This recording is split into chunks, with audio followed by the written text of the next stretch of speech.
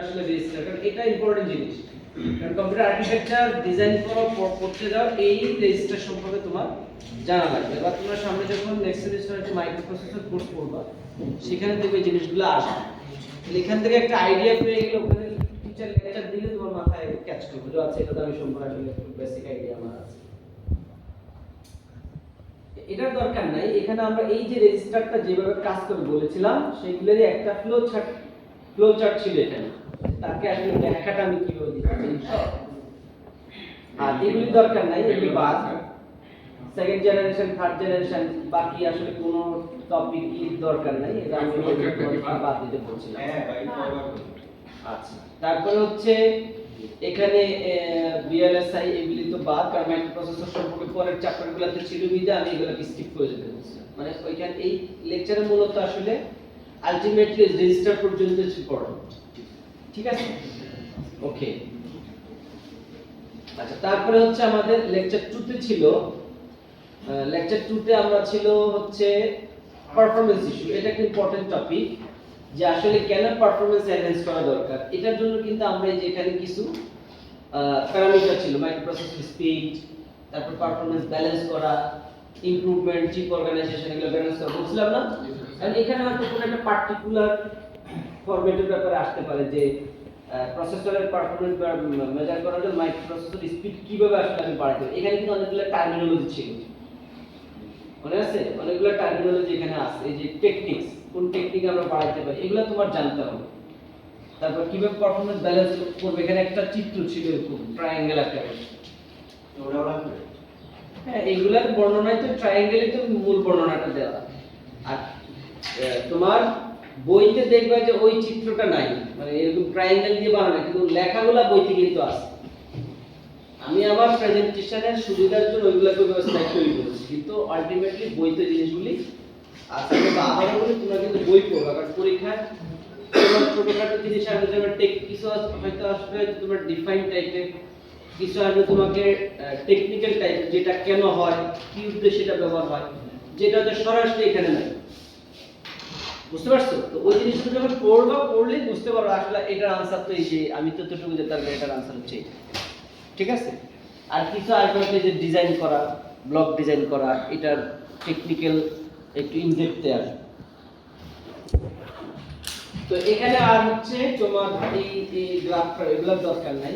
Improvements and chip organisation এই lecture লাগবে না, এটা অলরেডি স্টাডির সময় আমি বলছি। এগুলো বাদ, যে প্রবলেমস, এই যে চ্যাপ্টারগুলো বাদ, মাল্টি কোরের এখানে একটা এরকম গোল একটা ইয়ে আছে, এটা দরকার নাই। এমআইসি জিপিইউ এগুলো বলছি লাগবে না। আমদাস ল এটা আমি ডিটেইলে ক্লাসে লেকচার দিয়েছিলাম, তো বুঝতে পারছো যে এটা একটা ইম্পর্টেন্ট জিনিস। তার মানে তুমি পড়লেও নিজেও একটা আইডিয়া পাও যে আসলে এই জিনিসটা হচ্ছে আমার ইম্পর্টেন্ট। তাহলে এখানে আমরা এই যে আমদাস লসটা, এই যে আমরা এখানে কিছু ম্যাথ করেছিলাম, তোমরা আমি ক্লাস টেস্টেও আসছিল, তাই না? তাহলে এই যে এই ধরনের কিছু প্রবলেম ছিল ওই যে ইনস্ট্রাকশন দিয়ে, ঠিক না? এমআইপিএস রেট বের করা, সিপিআই বের করা পড়াছিলাম না? এইগুলা পরীক্ষা আসবে, এ বোঝাই যায়, তুমি পড়লেই বুঝবে যে আসলে এটা ইম্পর্টেন্ট একটা জিনিস। তো এই জিনিসগুলো তোমরা এখানে পড়বা। আর এই চ্যাপ্টার আসলে এতটুকু পর্যন্ত ছিল মূল ইম্পর্টেন্ট জিনিস, বাকিগুলো কিন্তু আমি তোমাদেরকে দেখতে বলছিলাম, বাট পরীক্ষার জন্য এটা ইম্পর্টেন্ট না। তোমরা নিজের দিকে নলেজ গ্যাদার করার জন্য এগুলো করতে পারবে না। এগুলো ইন ডিটেইলে আসলে পরের চ্যাপ্টারগুলোতে আমরা পড়ছি, এই জন্য এগুলোকে আমি স্কিপ করতে বলছিলাম, ঠিক আছে? ওকে, তো এই চ্যাপ্টারে এইগুলো এতটুকুই ছিল। Next lecture 4। লেকচার 4 এ এখানে ছিল আমাদের এই যে ক্যাশ মেমরি গেল কি, লেকচার 2 শেষ করলাম মাত্র। আচ্ছা, ক্যাশ মেমরি এখানে এটা ইম্পর্টেন্ট টপিক। এই যেখানে ক্যাশ মেমরি কি, ক্যাশ মেমরি প্রিন্সিপাল কি, এই চ্যাপ্টারটা ইম্পর্টেন্ট, এটা পড়তে হবে, ঠিক আছে? ক্যাশ মেমরি কি, ক্যাশ মেমরি এটার দরকার নাই, এই যে হায়ারার্কিক্যাল চার্টটা দরকার নাই। কেন? কারণ বাট তোমার নিজেকে জানতে হবে যে আসলে রেজিস্টারটা যে ছোট এলিমেন্ট হয়, ম্যাগনেটিক ট্যাপ রেকর্ডের জন্য বড় হয়, কেন এটা ছোট হয়? ছোট হইলে এটার দাম বেশি হয়ে যায়, মেমরি সাইজ বড় হইলে দাম কমে যায়। এটার একটা এক্সপ্লেনেশন এখানে দেয়া আছে বা বইতে দেয়া আছে। তুমি একজন কম্পিউটার স্টুডেন্ট হিসেবে যদি এইটুকু নলেজ তোমার না জানা থাকে তাহলে তো আসলে সমস্যা। এই জন্য আসলে এটা দরকার, কিন্তু এটা তোমাকে পরীক্ষা আসবে না যে তুমি এটা ডায়াগ্রাম করবে, বুঝতে পারছো কথা? বাট নিজের জন্য এটা পড়া উচিত, সেটা বলতেছি। ওকে, নেক্সট হচ্ছে, আর এখানে বুঝে যেটা অলরেডি বললাম, ক্যাশ মেমরি প্রিন্সিপাল। এই যে এই ধরনের কিভাবে ক্যাশ মেমরি কাজ করে, ক্যাশ কোহেরেন্স প্রবলেম কি, তারপর যে ক্যাশ মেমরি ফেনোমেনা, যে লোকালিটি অফ রেফারেন্স, এগুলো আমি ক্লাসে বলছিলাম। এগুলো হয়তো ছোটখাটো ব্লক ডায়াগ্রাম দিয়ে তোমাকে এক্সপ্লেনেশন আসতে পারে। আর দেন সবচেয়ে আরো মোস্ট ইম্পর্টেন্ট হচ্ছে হলো ম্যাপিং। ওই যে মনে আছে ডাইরেক্ট ম্যাপিং এর রিডিং করে কিভাবে হচ্ছে, তারপর হচ্ছে তোমার আমরা এখানে পড়ছিলাম হচ্ছে হলো এই যে ভার্চুয়াল মেমরি, এটা দরকার নাই, নিজের জানার জন্য পড়বা, বাট পরীক্ষার জন্য ইম্পর্টেন্ট না। আর এইগুলি দরকার নেই, যে বড় বড় চার্ট, এগুলি দরকার নাই। আর এই ইম্পর্টেন্ট হচ্ছে ম্যাপিং, যে আমরা বলছিলাম যে কিভাবে বড় একটা মেমরি ছোট একটা মেমোরিতে আমরা কোপ আপ করি, তাই না? এখানে কিছু ম্যাপিং টেকনিক আছে, direct mapping, associative mapping, associative mapping. আমি তোমাদেরকে ডাইরেক্ট ম্যাপিংটা পড়াইছিলাম, অ্যাসোসিয়েটিভটা নিজেদেরকে পড়তে বলছিলাম। আর সেট অ্যাসোসিয়েটিভ দরকার নেই, বাট ওই যে আলটিমেটলি বললাম সুবিধা অসুবিধার জন্য আমাকে পড়তে পারবো। এখন এখানে এই যে এই ধরনের কোশ্চেনগুলো এইভাবে আসতে পারে যে আসলে ডাইরেক্ট ম্যাপিং টেকনিকটা তুমি একটা एग्जांपल দিয়ে ব্যাখ্যা করবে।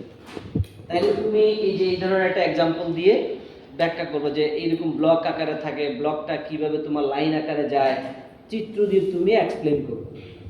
এইভাবে কোশ্চেন আসতে পারে। আবার আসতে পারে যে তোমার যে মেমোরির সাইজ আমি বলে দিতে পারি যে কোনটা, যেমন এই ধরনের এগুলা, এই যে পরের স্লাইডে যেটা, এই যে যেমন ক্যাশ ম্যাপিং, ক্যাশ অর্গানাইজেশন, যে একটা ডাইরেক্ট ম্যাপিং ক্যাশ অর্গানাইজেশন কিভাবে কাজ করে, তাহলে এই চিত্রটা তোমার দিতে হবে। আবার হয়তো আমি যে ক্যাশ মেমোরির সাইজ বলে দিতে পারি, এবং মেইন মেমোরির সাইজ বলে দিতে পারি, এবং হচ্ছে মেমোরি অ্যাড্রেসের বিট নাম্বার বলে দিতে পারি।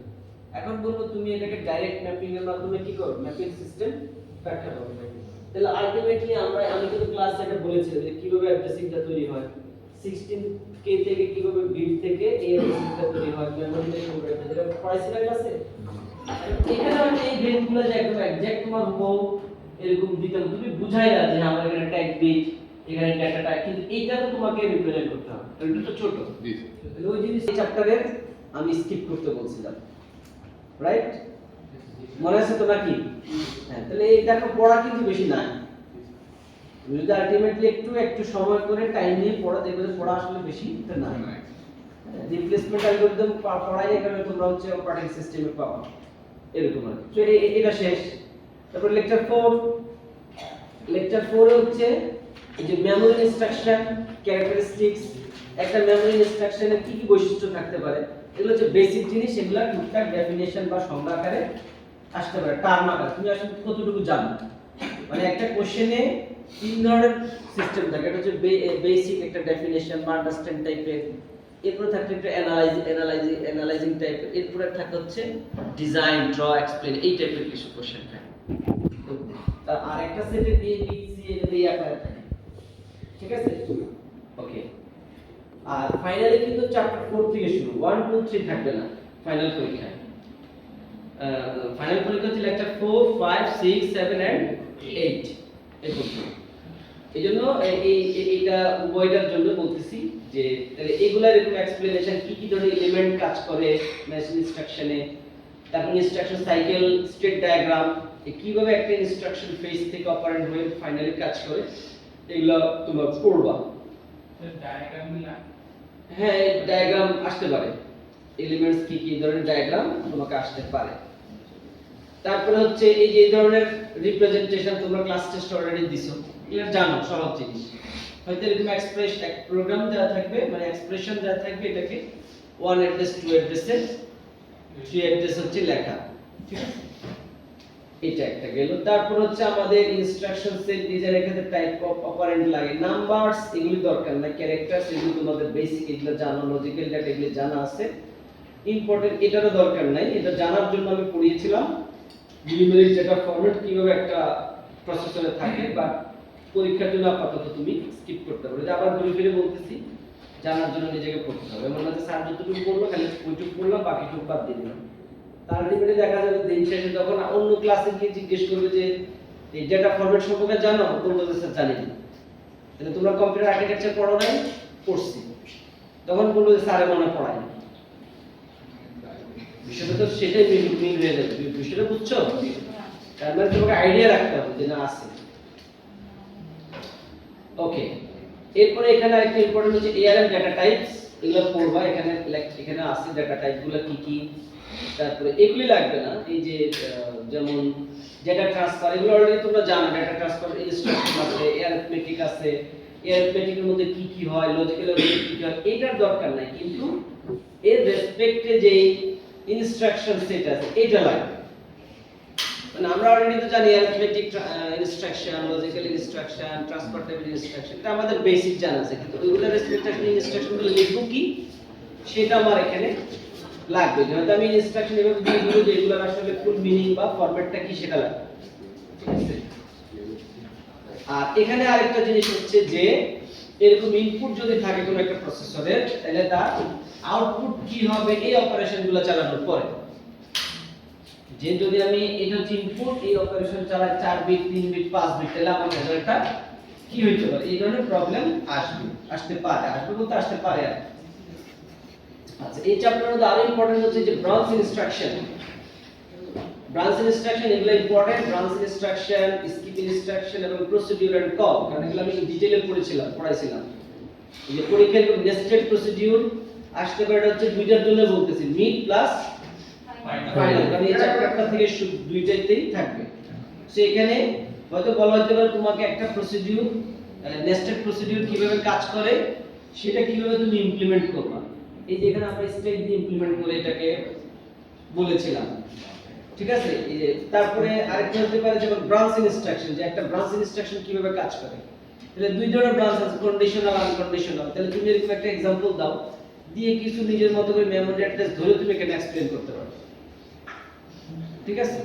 তাহলে এটাকে বলা হচ্ছে কন্ডিশনাল ব্রাঞ্চ, আবার এটা হচ্ছে আনকন্ডিশনাল ব্রাঞ্চ। এরকম ছোটখাটো एग्जांपल আসবে। এরপরে হচ্ছে তোমার এগুলো দরকার নাই, ক্যারি ফ্ল্যাগ, পেরিটি ফ্ল্যাগ, ওই যে বললাম এগুলো জানার জন্য তোমার লাগবে, এটাও দরকার নাই। বাট এইটা লাগবে যে এরকম পরীক্ষায় ইনস্ট্রাকশন থাকতে পারে, এটা দিয়ে কি বোঝায়, এটা ডেসক্রিপশন কি। ঠিক আছে? এগুলোকে বলা হচ্ছে এমএমএক্স ইনস্ট্রাকশন সেট। হয়তো আমি বলতে পারি যে এমএমএক্স ইনস্ট্রাকশন সেটগুলো কি কি, বা এমএমএক্স এর অ্যারিথমেটিক ইনস্ট্রাকশনগুলো কি, তাহলে তোমাকে এগুলো লিখতে হবে। তাহলে এখান থেকে শর্ট কোশ্চেন হবে না? হ্যাঁ, শর্ট কোশ্চেন হতে হবে, এখানে তো ব্রড কোশ্চেন নাই। হয়তো আমি বললাম যে পিসিএমপি এটা দিয়ে কি বোঝায়, অনেকগুলো স্যার। তোমার এমএমএক্স ইনস্ট্রাকশন সেটের অ্যারিথমেটিক ইনস্ট্রাকশনগুলো লাগবে, তাহলে শুধু এগুলো লিখবো, সেখানে ব্যাখ্যা দরকার নাই, ইনস্ট্রাকশন লিখবো। যেখানে ডেসক্রিপশন চাইবে সেখানে ডেসক্রিপশন লিখবো। আর এটা ইম্পর্টেন্ট, যেটা বলছিলাম যে এরকম এমএমএক্স ইনস্ট্রাকশন দিয়ে কিভাবে একটা ইমেজ কম্পোজিশন করা হয়, যেটা হচ্ছে যেমন দুইটি ইমেজ থাকলে আরজিবি কালার, এই যে স্টেপগুলো কি সেটা কিভাবে কোডের মাধ্যমে কম্প্রেশন করা, এটা আমি ক্লাসে পড়িয়েছিলাম। তার মানে মোটামুটি এই চ্যাপ্টারটা ইম্পর্টেন্ট ম্যাক্সিমাম জিনিসগুলাই। আর এর পরেরগুলো আসলে বাদ দিতে বলছিলাম। ঠিক আছে? এখানে আর নাই। তো তাহলে এটা ফাইনাল এবং মিড দরকার।